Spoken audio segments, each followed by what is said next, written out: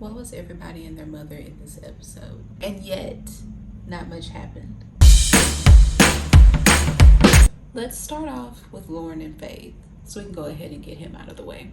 He starts this episode graciously doing research to see how he can ensure that Faith doesn't get the big G from him. Did a little bit of research this morning about gonorrhea to see what I got to do to make sure that she doesn't get it. And he finds out even kissing her puts her in danger. Luckily, our girl is holding strong to those boundaries, so they haven't kissed yet.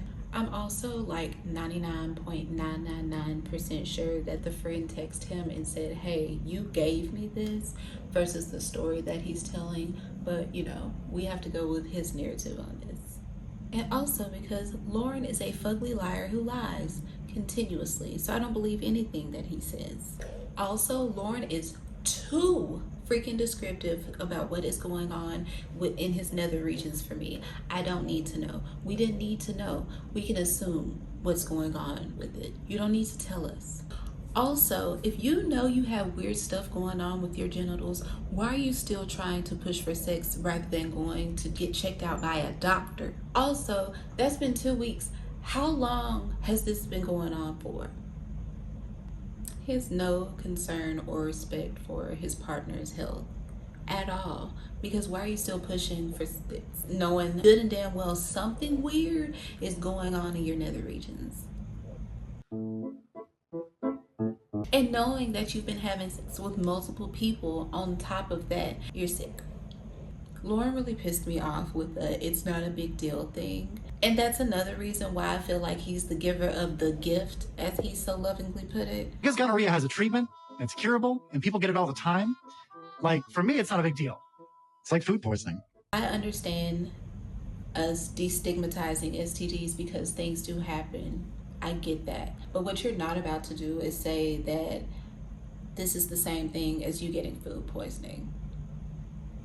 Especially if you're the one out here passing out like candy instead of going and seeking treatment from a doctor and practicing safe sex.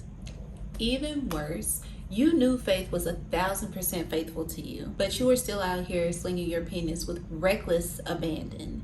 And now you have this on top of all of the other baggage that you bring. Loren disgusts me. Truly. Truly. Also, why you see how I keep having to say also you phrasing you sleeping with other people in a way that you knew good and damn well she didn't understand that you were actually having sex with them. Like, disgusting behavior at 33 years old, at your big huge grown age. What's wrong with you? I have told Faith that I spend the night with people, so I feel like it's kind of implied that we've been having sex. But we haven't had like a real clear conversation about it. Now, I really have no choice but to be completely honest with her. Faith has a full day planned for them, and since no one wants to start the day with talks of STDs, Loren decides that he's going to table that for later.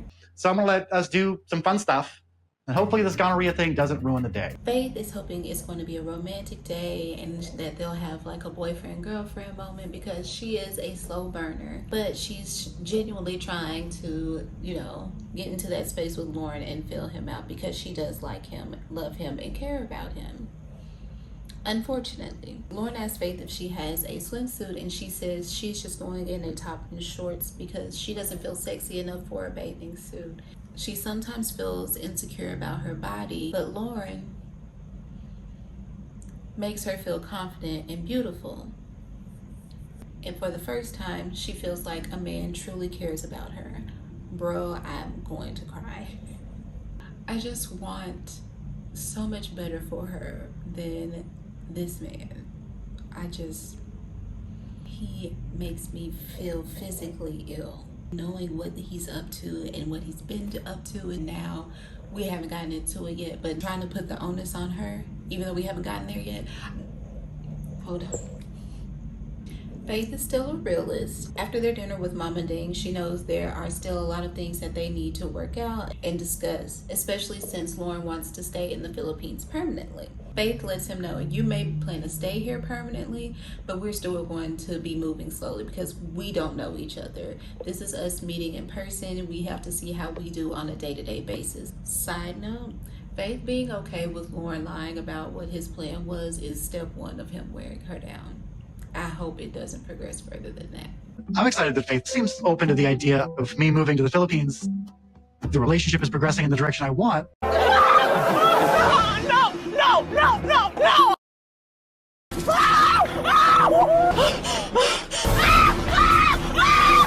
And why did they show those banana chips? Please. They finally make it to their destination. It is absolutely beautiful. Loren slips, but unfortunately does not fall. I want Loren to keep his dick out of the water. Like, I know that might sound ignorant. I don't care. I want him to put on like a condom like Paul planned to whenever he was getting in the water to go visit Karini. That is... I kind of want to talk about their whole relationship, but then I don't because it gets real dark. I'm not touching that, actually. I'm not touching that. All right. I'm glad y'all understand. I want Loren to stop bringing up the fact that she is a lady boy. We get it. She gets it. She lives it every day. Stop. You fetishist freak. Stop it. You're a lady boy. My dream. Your dream is my dream. Marry someone just like you. Just like you. So immediately after this amazing time, Faith feeling her true feminine self in the water, having a romantic moment, them feeling connected and growing in intimacy, leading up to what seems like it's going to be a kiss, Loren drops the big G bomb. I can't put this off any longer, and she deserves to know the truth. We can't kiss. Why can't you kiss? I have gonorrhea. Gonorrhea? Loren is actively trying to convince Faith that what he did was not cheating, and I want to flip my fucking desk. Because why are you insulting her intelligence like this? You're dating for how many months? Online? Yes, online. Don't count as cheating until I meet you, right? Yeah. It's still cheating. You think because, so? You think because so? In that part is cheating. You think so? Yeah, I know. Okay. It's cheating. That little laugh that Faith did, I know it all too well. Him saying he doesn't think Faith fully understood that when he said sleeping with other people, he meant sex with, you know she didn't. That's why you phrased it in that way. Also, that's why you said you don't think that she knows that you're in an open relationship because you had not expressed to her that you are having sex with other people. For me, it was just meaningless sex. But I don't think Faith fully understood that I was sleeping with other people. So I do kind of feel guilty about what I did. Absolutely not. He is a disgusting piece of excrement disguised as a human being, and it's not a very good one. I don't like him at all. The more he talks and exists, the worse he gets. Faith was ready to open herself up to Loren. Faith was ready to kiss Loren. Faith was finally feeling like she was getting romance for the first time in her life. And he slapped her in the face with his runny, hiccuping dick. I feel that I don't know him. I feel betrayed. Nawalan ako ng hospital bilang isang tao. He's sick. Faith, when Faith said, all I can do is pray for you, I scream laughed. Like, The only thing that I can do for you is to pray.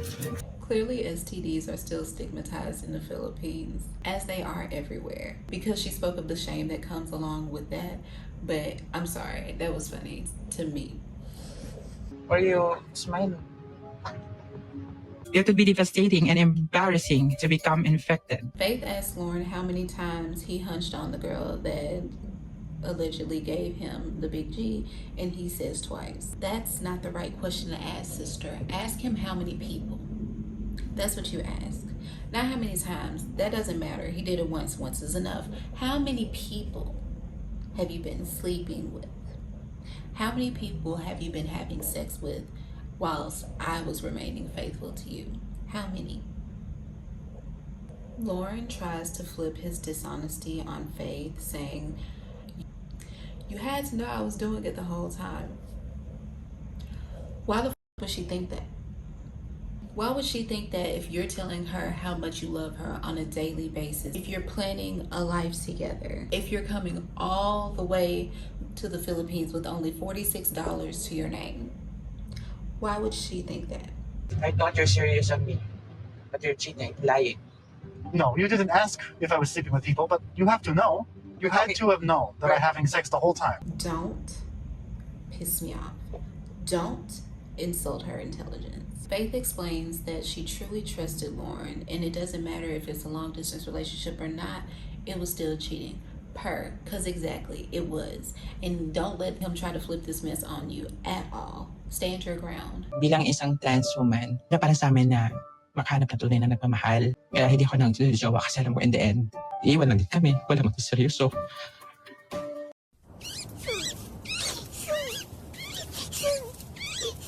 If feeling ko talagang niloloko ako. As an expert, I feel qualified to say that whoever did this should pay dearly for his crime! He should pay dearly for his crime! It's heartbreaking.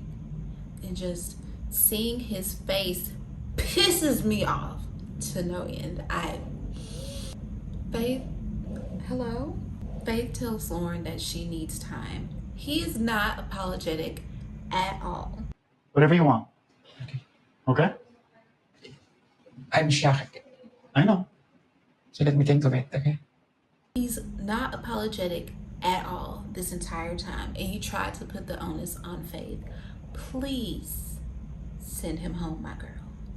Please don't interact with him anymore. Just ghost him. I know you live in the building. You can ignore him. All those people there are on your side.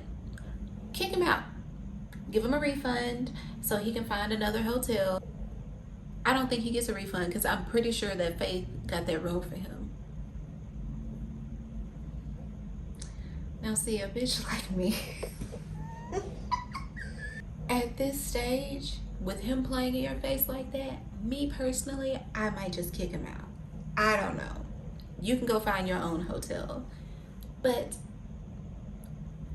that may not necessarily be that might be the right thing to do, actually. I don't see how it's not the right thing to do.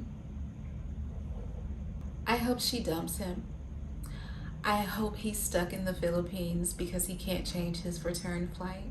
And I hope he barely makes it on scraps until he gets back to the United States. There's still 2 couples that we haven't met yet, so my fingers are crossed that this means that one of the couples breaking up early, or that there will be couples breaking up early, and one of them will absolutely be Loren and Faith. I get what I want. I get what I want. I really messed up. We're probably breaking up.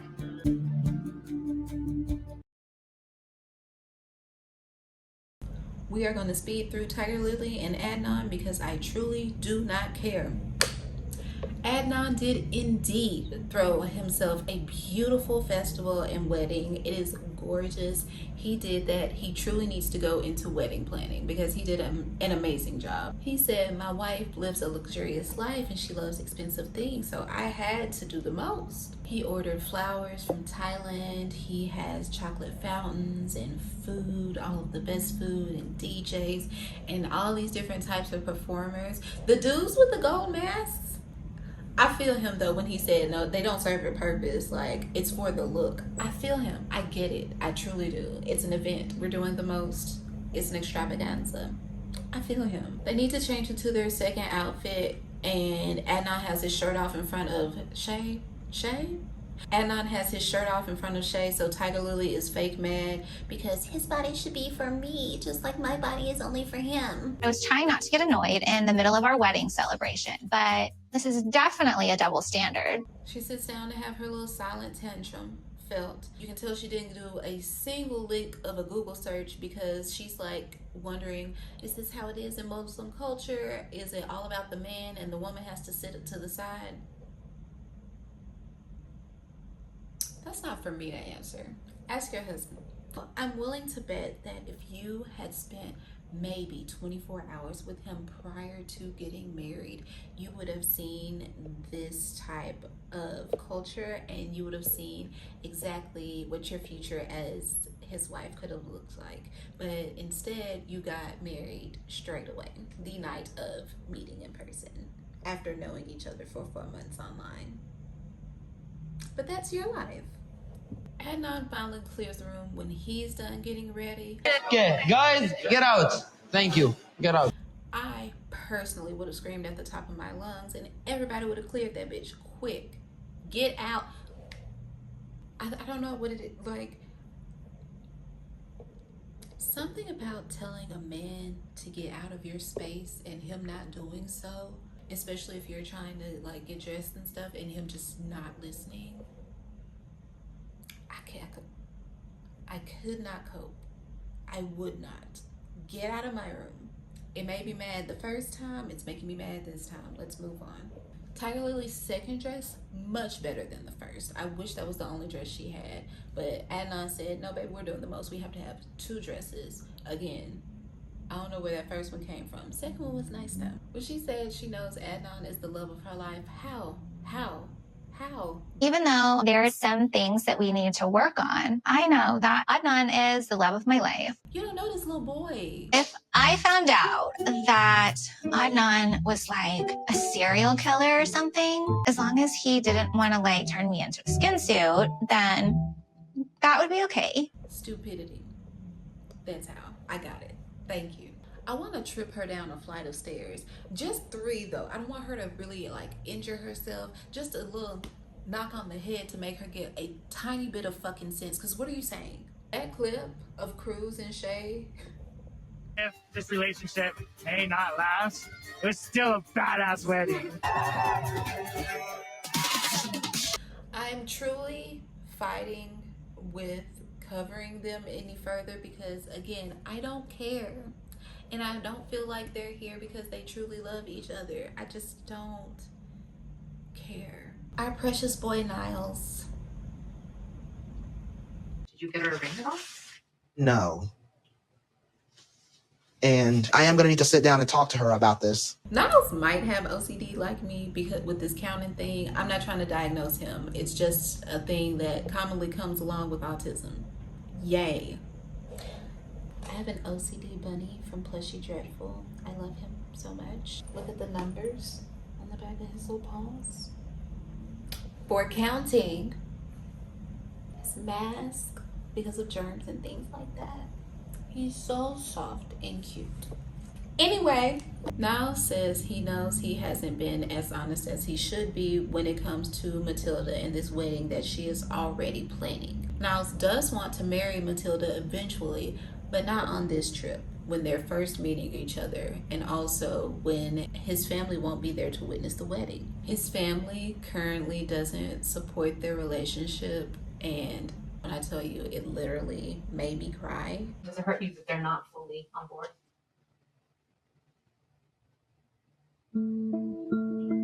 A lot. What do you think? It really does hurt.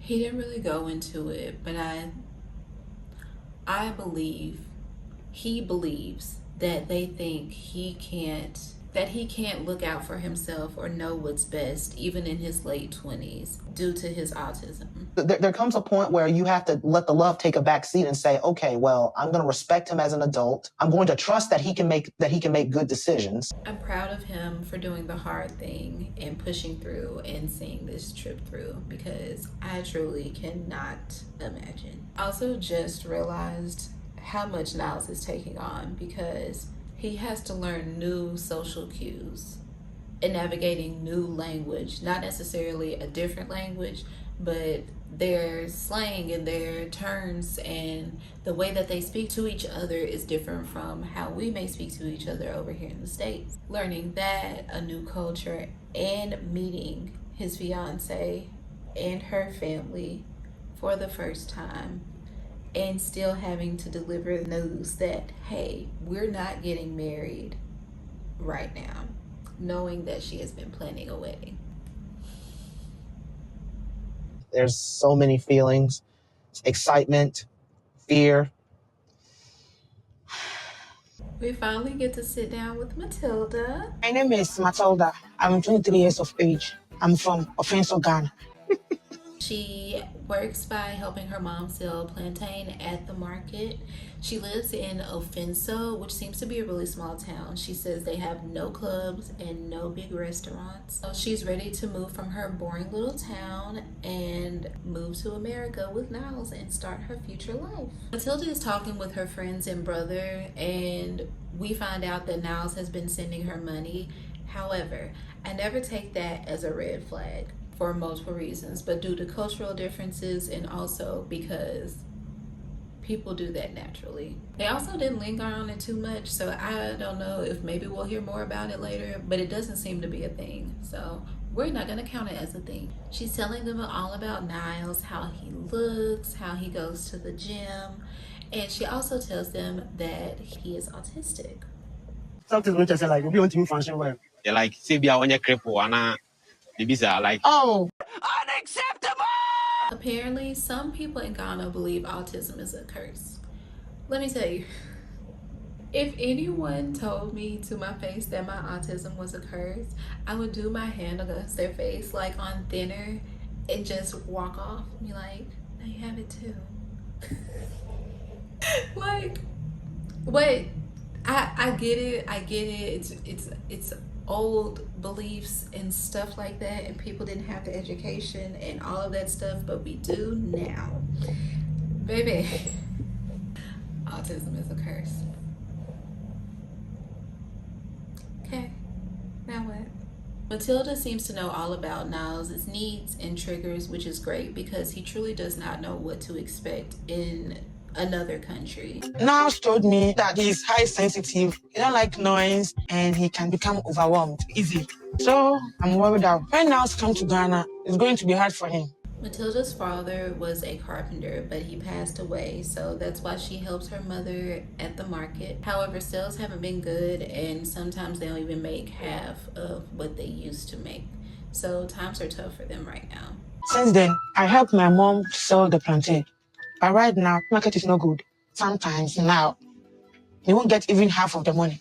Niles is flying into the capital, Accra, and they plan to stay there for a few days until they come back to Offenso for their wedding.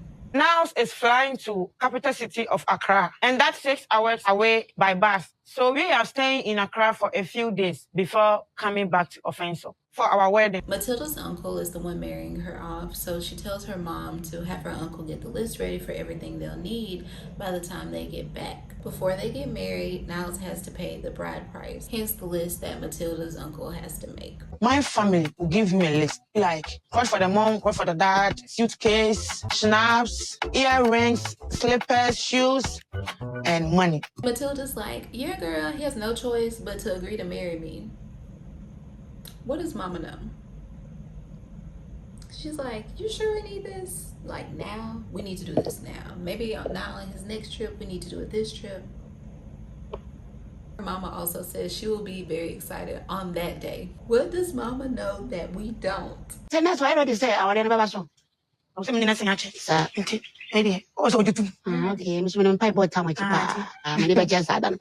Niles and Matilda will finally meet in the next episode, and Matilda's brother is coming with her to meet Niles and things like that. And her brother tells Niles, do not hide anything from Matilda because she has a quick temper. I'm scared. I know I'm gonna have to come clean tonight concerning postponing the marriage. Don't hide anything from Matilda. Matilda has a quick temper. They're back! I missed Chidi and Renee last episode. Their foolishness is just They reined us in with their foolishness and then had the nerve to have an episode without them. Don't do that anymore. But I also feel like this is another couple that's gonna break up early, but let's see. So Renee is being distant with Chidi because he said no yummy yummy for you. Yesterday, I revealed my vow of celibacy to Renee. And since then, she seems a little this step. Knowing Renee's temperament, I am thankful that she's still speaking with me. Chidi is sad that she's so hurt by his decision to remain celibate, but he's staying true to his vow. Renee says she's hurt and feels betrayed, even though we know that she knew before she went to visit Chidi that she wasn't getting any. When she said despite how misguided Chidi is by his faith. Girl, she says anything. I feel hurt and betrayed that Chidi's changed his mind about premarital sex, but despite how misguided Chidi is by his faith, I still love him. Renee apologizes for getting upset at the market. About the hunching, not about the chickens. I didn't mean to get a little angry at the market. All I wanted was to love and cuddle on each other. I wanted the physical attention. That's all I wanted. She's really, really trying to coerce him into sex, and it is disgusting to watch. Girl, give up. Chidi is surprised that Renee apologized to him because in the 5 years that they've been talking to each other, during the multiple fights that they've had, she has never apologized to him at all for anything. That should have been your red flag right there. He loves her and he does want to sleep with her, but at the right time. And apparently he feels like the time isn't going to be too far off. So what does that mean? He means getting engaged. Renee's like, I hear you, but I'm gonna need some of that physical intimacy I was talking to you about, okay? Thank you. Also, this video almost did not get made because earlier the fire alarm was going off for I don't even know how long. And leave the building. Do not use the elevator. La más próxima. No use los elevadores. But I had to sit here listening to that. Renee and Chidi go to a nature conservatory and Chidi looking sharp. I love his outfit. Renee says he's been trying to be more affectionate. She sees his efforts, which is beautiful, amazing. She's explaining how everything looks to him, and he explains that though he may not be able to physically see the beauty of a place, he can still experience it through sound. Sometimes I feel sparks of different colors, but I can still sense the beauty of the place. Hearing these trees clap and sound of the birds and the water's floating. Renee and Chidi happen upon a monkey. Hey, bye-bye. He's a little fatty. You get your fucking hands off me. After all this, Renee decides to ask Chidi again how he went blind. And I don't understand why he has to keep telling us this story because he told the exact same story that he told before. I don't know if the question was producer-led or what, but it felt so inappropriate for the moment. He did give a few more details. He explained that after the incident with the apple tree, his eye hurt that night, but the pain actually subsided and he was still able to see just fine for a year. He went to the doctor because he was having issues with his vision and they told him that he had glaucoma. He doesn't know if it was caused by the apple or if he would have naturally had it anyway. Don't know if the root cause of the comment was the apple or something that came naturally. But they told me that even if they operate on it, that it won't get better. I don't like repeating it because I've seen too much. I've seen too much and I can imagine these things happening. So I don't like to explain it or reiterate it. Also don't know why they want him to keep reiterating it, whatever. But after that explanation of traumatic, numerous events, Renee thinks that something spiritual happened to make Chidi lose his sight so that they could be together. It's crazy how it happened with him losing his eyesight on 2 different incidents. I definitely don't think that's no coincidence. I think something spiritual happened to him that made him lose his sight so that we could come together. Chidi's face? That was me. Girl, what the fuck are you saying to me? And are you saying it seriously? For blindness, it's just not a normal occurrence. I mean, we've all been smacked in the face countless times. And... Are you serious? Chidi says Renee is weird. It says sometimes it's like she lives in an alternate reality, and this makes him concerned about her being the person to potentially guide him through life. Be afraid, sir. Be more afraid. Be so afraid that you shun her from your household. Don't talk to her anymore. Don't communicate. Don't give in. Don't pray for her. Stay away. That lady is unstable. Very, I have no idea what Renee did to piss Chidi's sister off in the next episode, but I do believe it's going to lead to the downfall of their relationship finally, and everyone should cheer. I've been getting some weird vibes off Victoria. It's kind of like a real dark energy that vibrates throughout my body. When I don't get along with people, I move on. I don't linger. We can really speed run through Veah and Sunny too, because nothing happened in this episode. We left off literally on the same note that we left off on last time. Don't do that no more. Don't waste my time. There was no reason for them to be in here except for filler. That's it. Veah packs and is anxious about meeting Sunny because not only is she meeting Sunny for the first time, Rory is also going to be there. I'm really freaking overwhelmed. A lot of things are going through my head and my heart right now. She starts crying due to being overwhelmed, and I feel her. She gets in her Uber and she stops by to pick up Rory, so at least they didn't spend the night together. I guess at the very least they didn't do that. Rory asks what the plan is. I was thinking that you could go to your hotel. Yeah. And then I could, Sunny's gonna pick me up and I could go with Sunny. And then I was thinking I would tell him then about you being there. Again, I do not think Sunny will do anything to this girl. I don't. However, that's just not smart. Don't do that.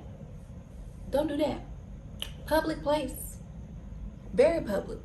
Airport probably is the most public that you can do it. I'm just here to make sure you're safe and comfortable. So if he's got an issue, he's gonna have to just get over it.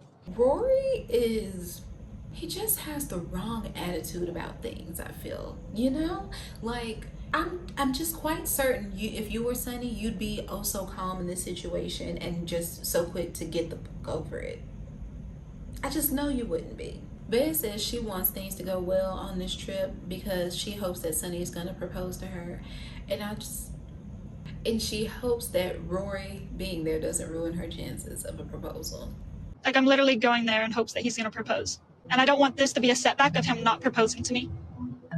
You really think he's gonna propose to you? He keeps saying he's worried about Sunny because of how he's been in the past. What has he done? What has he said to her? Elaborate. They're supposed to be there for 3 weeks. And you want to tell him night 1 that you brought your ex-boyfriend / would-be baby daddy. This is ghetto. That's the amazing thing. Finally, I get a chance to see my girl in real life holding a hand together. Oh, kiss our holder. It's like a Christmas. Sunny's super excited about her arrival. He got the hotel room.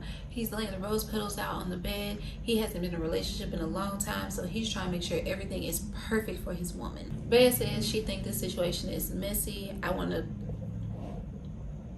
gently shake her. Duh, bitch. You made it this way. You made it messy as the absolute fuck. She tells Rory that they need to go. Hello? Something on my shirt.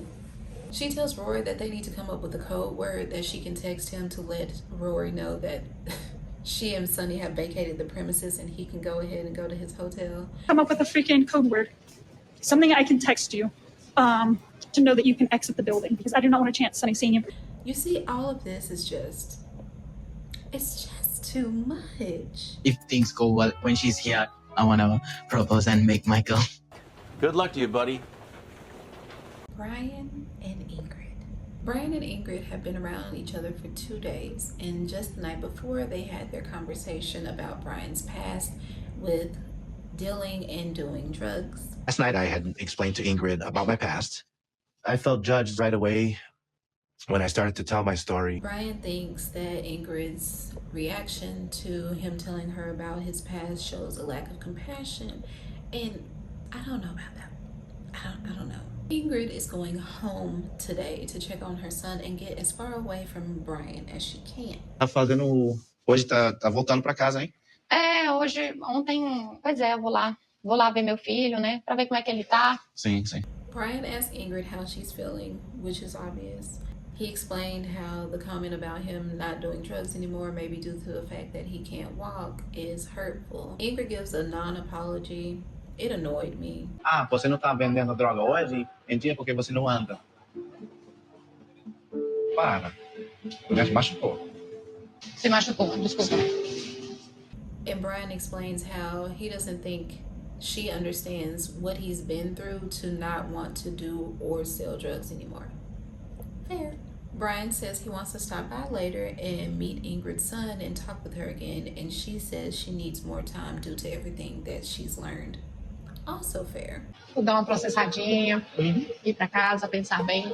Brian is disappointed that he won't be meeting her son right away, and I don't understand why. I get that they said it's always been important to her that he meets her kids, but why are you trying to force this meeting right now when you know things between y'all are so shitty? I know why. Manipulation. Ingrid was waiting for Brian to apologize about hiding his past from her, but he never gave an apology. So she's really wondering how she's going to move forward in their relationship. Tava esperando desculpas do Brian esconder o passado dele, mas não procurou se explicar. No ponto que tem, eu não sei se a gente consegue botar o passado para trás e a gente consegue seguir adiante com esse relacionamento. Now, Ingrid clearly said that she needed more time, but do you think Brian took note of that? No, he's at the florist asking for a big bouquet of forgive me flowers. I know that Ingrid asked for space, but I need to stop by and let her know that I care about her. Scram! Leave her alone. She doesn't want to talk to you. Get out of here. You could have honestly, if you wanted to convey how sorry you were, sent a text, a really nice, well-written text, or you could have had the flowers delivered to her. You did not have to force yourself upon her and her son, but you did it anyway. Continuous crossing of boundaries. I don't like it. That night, he pulls up and asks her to come outside like a teenager. He gives her the roses. Thankfully, she loves roses. He says he also has some things in the car for her kids if she will accept them. She invites him inside. I don't know why. She says she's willing to introduce Brian to her son Arthur because she believes in redemption. Acredito na redenção, né, das pessoas. Então, apesar das coisas que, né, do passado dele, eu ainda me disponibilizo, sim, a apresentar ele pro Arthur. Girl, it's just flowers. It's just a car. I know people... Brian did this, got her kids stuff because he knew that was going to get to her and tug at her heartstrings, and it absolutely worked. It worked in a heartbeat, and it really pisses me off because, girl, stand your ground. Arthur is too. He's absolutely adorable. Brian and Arthur seem to get along, which isn't surprising to me. He seems like he's good with kids. He helps him get his little car set up that he got him, and then he actually leaves. I'm surprised he didn't try to spend the night. Next episode, Brian is revealing even more information about his past. I don't know what it could be. I haven't been keeping up with Reddit or anything like that. I want to find this stuff out organically on the show. But it's just, what else? When you were telling her about the drug business and all of that, I guess maybe seeing her reaction made you not tell her the rest of things. But damn, that would have been the time to just lay it all out on the table, don't you think? Também minha história não é essa, ele é o traficante. Não contei a história bom de... There are still 2 couples we haven't met. So who's breaking up? I truly believe it means that 2 couples are gonna break up early. I feel like it's going to be out of Chidi and Renee, Sunny and Veah, who else? And Loren and Faith. Everybody else, I don't know. But out of those 3 couples, I feel like 2 of those couples are going to break up early, and that's going to make way for the other 2 couples that we're going to get introduced to. I don't know. Thank you so much for watching. Please like this video and please subscribe to my channel. I will continue to cover this show along with movies and other things like that. So yeah. Bye.